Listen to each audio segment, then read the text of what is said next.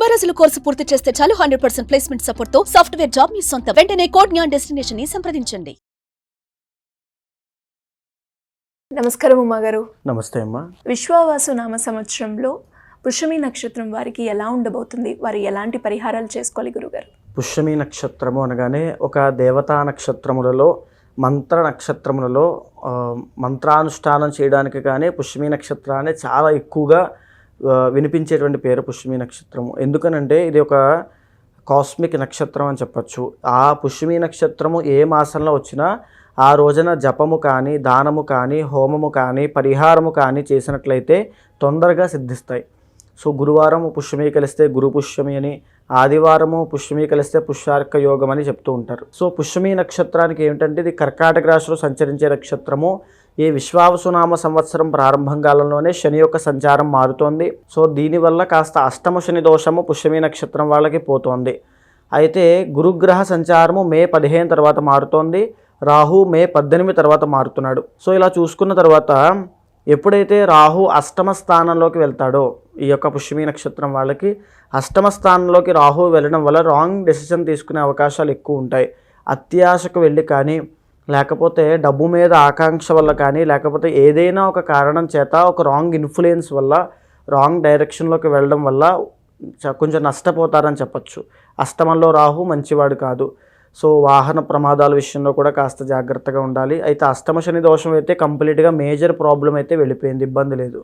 అయితే ఇక చూసుకుంటే 9th హౌస్లోకి శని యొక్క సంచారం మారింది. ఈ యొక్క 9వ స్థానంలో శని అంత యోగము కాదు, అంత దోషము కాదు, మిశ్రమ ఫలితాలు ఇస్తూ ఉంటాడు. ఇక గురుబలాన్ని చూస్తే మే 15వ తారీఖు వరకు కూడా గురుబలం చాలా బాగుంది.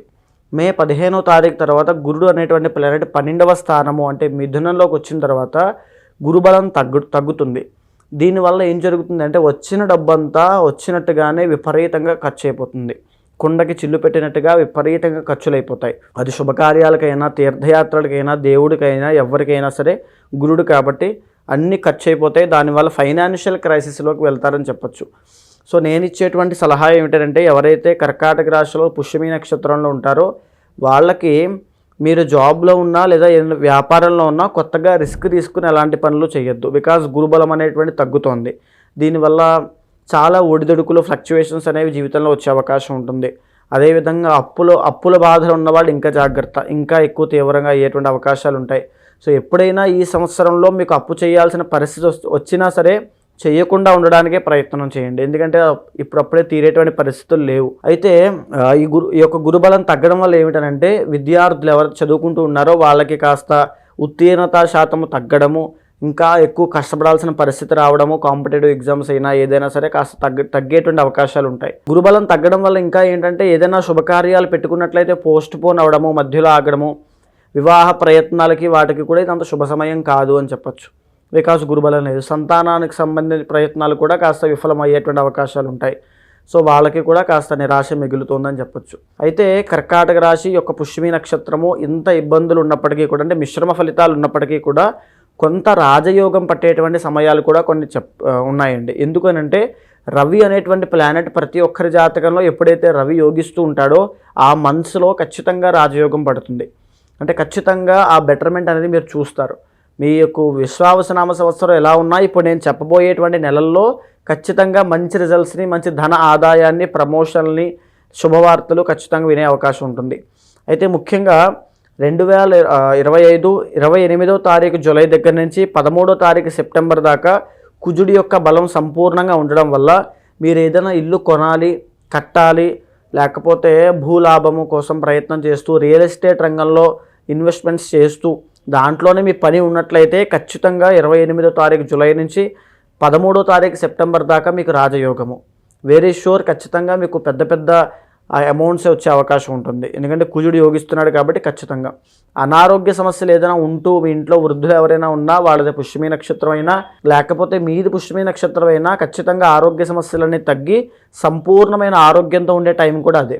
కోర్టు వ్యవహారాలతో ఇబ్బంది పడుతూ లిటిగేషన్స్ కానీ, ల్యాండ్ డిస్ప్యూట్స్ కానీ, లేకపోతే కలహాలు తగాదాలు కానీ ఏవైనా ఉంటూ దానివల్లనే మీ యొక్క ప్రశాంతత దూరం అవుతోంది అనే పరిస్థితిలో ఉంటే ఖచ్చితంగా మీకు 28వ తారీఖు జూలై దగ్గర నుంచి 13వ తారీఖు సెప్టెంబర్ దాకా శుభవార్తలు వింటారు, మంచి యోగం పడుతుంది అని చెప్పొచ్చు. మళ్ళా తిరిగి ఇలాంటి యోగమే 7వ తారీఖు డిసెంబర్ దగ్గర నుంచి 15వ తారీఖు జనవరి దాకా అద్భుతమైన రాజయోగము.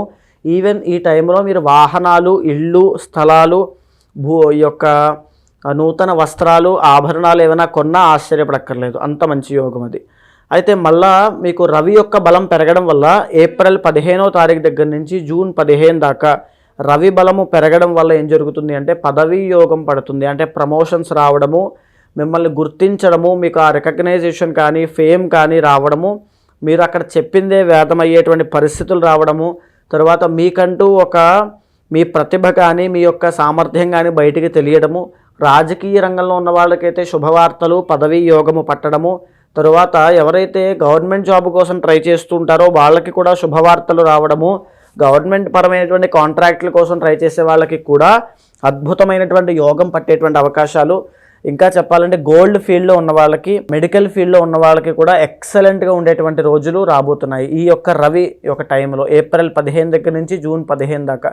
మళ్ళా తిరిగి సెప్టెంబర్ 15 నుంచి అక్టోబర్ 15 దాకా ఇలాంటి రాజయోగమే పట్టడం చేత అద్భుతంగా ఏ బిజినెస్ చేసినప్పటికీ కూడా అందులో ఎక్సలెంట్గా ఉంటుంది అని చెప్పచ్చు. బిజినెస్ పీరియడ్ కూడా April 15 to June 15, September 15 to October 15. So ఈ పీరియడ్ ఆఫ్ టైంలో కూడా అండ్ బేస్డ్ ఆన్ బిజినెస్ కూడా అది మారుతూ ఉంటుంది. పర్సనల్ చార్ట్ కూడా చాలా అవసరం అండి. అయితే మనం బేసిక్ ఇన్ఫర్మేషన్ ఇస్తున్నాం కాబట్టి. సో ఇప్పుడు కళారంగం వాళ్ళకి మనం మాట్లాడుకుంటే ఎవరైతే మోడలింగ్ కానీ, లేకపోతే యాక్ట్రసెస్ కానీ, లేకపోతే ఇంకా చెప్పాలంటే కళారంగము, నాటక రంగము, సినీ రంగము, నృత్య, గీత, వాద్యాది వాటి ద్వారా బ్రతికేటువంటి వాళ్ళు ఎవరైనా ఉంటే వాళ్ళకి విశ్వావసునామ సంవత్సరం అంతా మిశ్రమ ఫలితాలు ఉన్నప్పటికీ కూడా డిసెంబర్, జనవరి మాసాల్లో కాస్త ఇబ్బందులు ఎక్కువ అవుతాయి. ఎందుకు అని అంటే ఆ టైంలో శుక్రబలం అనేటువంటిది వీక్ అవుతుంది.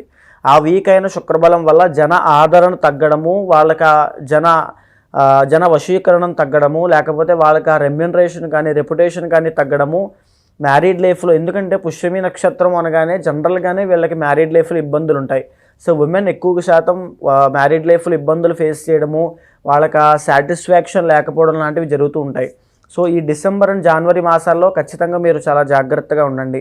లేకపోతే ఇద్దరి మధ్యలో కొంచెం క్లాషెస్ అనేవి ఇంకా పెరిగి ఎక్కడెక్కడికో దారితీసే అవకాశాలు ఉంటాయి. అదేవిధంగా ఎవరైతే ఇంకా చెప్పాలి అనుకుంటే ఫర్నిచర్ షాప్స్ కానీ, ఇంటీరియర్ డిజైనింగ్స్ కానీ, లేకపోతే ఆడవాళ్ళకి సంబంధించిన బట్టల వ్యాపారంలో ఉన్న వాళ్ళకు కూడా డిసెంబర్, జనవరి మాసాల్లో చాలా జాగ్రత్తగా ఉండాలి.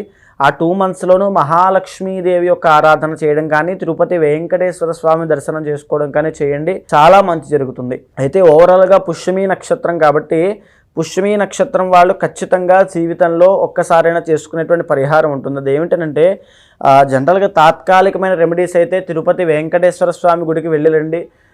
లేదు అనుకుంటే చండీ యాగము చేయండి. ఖచ్చితంగా పుష్యమి నక్షత్రం వాళ్ళు చండీ యాగము కానీ చేస్తే జీవితంలో ఒక్కసారైనా చేయాల్సిన పరిహారము. పుష్యమి నక్షత్రం వాళ్ళు చేయడం వల్ల జీవితం అంతా టర్నింగ్ పాయింట్ ఖచ్చితంగా టర్న్ అవుతుందని చెప్పచ్చు. జీవితంలో ఒక్కసారైనా చండీ యాగం చేయాలి. హోమం వేరు, యాగము వేరు. చండీ యాగం చేయాలి. జీవితాన్ని మొత్తాన్ని మార్చగలిగేటువంటి శక్తి పుష్యమి నక్షత్రం వాళ్ళకి చండీ యాగం వల్ల వస్తుంది. సో ఒక్కసారైనా చేయండి, మీ జీవితం అంతా బిఫోర్ అండ్ ఆఫ్టర్లో ఉంటుంది. తరువాత నుంచి దుర్గాదేవి యొక్క స్తోత్రాలు చదవడం లాంటివి చేయండి. తిరుపతి వెంకటేశ్వర స్వామి దర్శనం తరచూ చేస్తూ ఉండండి, చాలా మంచి జరుగుతుంది. మరి ఇలా ఎవరికైనా కూడా జాతకరీత్యా కనుక వాళ్ళు ఎదుర్కొన్న సమస్యలకి పరిష్కారం కోసం మిమ్మల్ని అప్రోచ్ అయ్యి మీ గైడెన్స్ కావాలి అంటే ఏ విధంగా మిమ్మల్ని అప్రోచ్ అయ్యే ఛాన్స్ ఉందంటారు గురుగారు? తప్పకుండా అమ్మ. ఏంటంటే ఇప్పుడు మనం మాట్లాడుకునేటువంటిది గోచార అంశము. ఈ యొక్క గోచారం అనేటువంటిది జీవితం మీద 35 నుంచి 45% మాత్రమే ప్రభావితం అవుతుంది. మిగిలిన పార్ట్ అంతా కూడా పర్సనల్ చార్ట్ మీద ఆధారపడి ఉంటుంది. అది మీ యొక్క టైమ్ ఆఫ్ బర్త్ కానీ, డేట్ ఆఫ్ బర్త్ కానీ, ప్లేస్ ఆఫ్ బర్త్ మీద నిర్ణయించబడుతుంది. అయితే చాలామంది ఎక్కడెక్కడికో తిరిగి విసిగిపోయి ఇంకా నా జీవితం ఇంతేనా అంటూ దేవుడు లేడు అనేటువంటి భావంతో కూడా వచ్చి చాలా ఇబ్బంది పడుతూ ఉంటారు. సో అలాంటి వాళ్ళకి చెప్పేది ఏంటంటే ఖచ్చితంగా మీ వెనకాల నేను ఉంటాను. మీకు ఏదైతే సమస్య ఉందో ఖచ్చితంగా మీ పర్సనల్ చార్ట్ చూసి మీ గోచారాన్ని సమన్వయం చేసి ఆ పరిహారము చేయించి ఆ సమస్యకి పరిష్కారం వచ్చేంత వరకు ఖచ్చితంగా మీ వెనకాల యుమా ఉంటాడు. మీకు ఏదైనా సందేహం ఉంటే కింద ఉన్నటువంటి నెంబర్కి కాల్ చేయండి, ఖచ్చితంగా అపాయింట్మెంట్ తీసుకోండి. ధన్యవాదాలు గురుగారు. నమస్తే అమ్మా.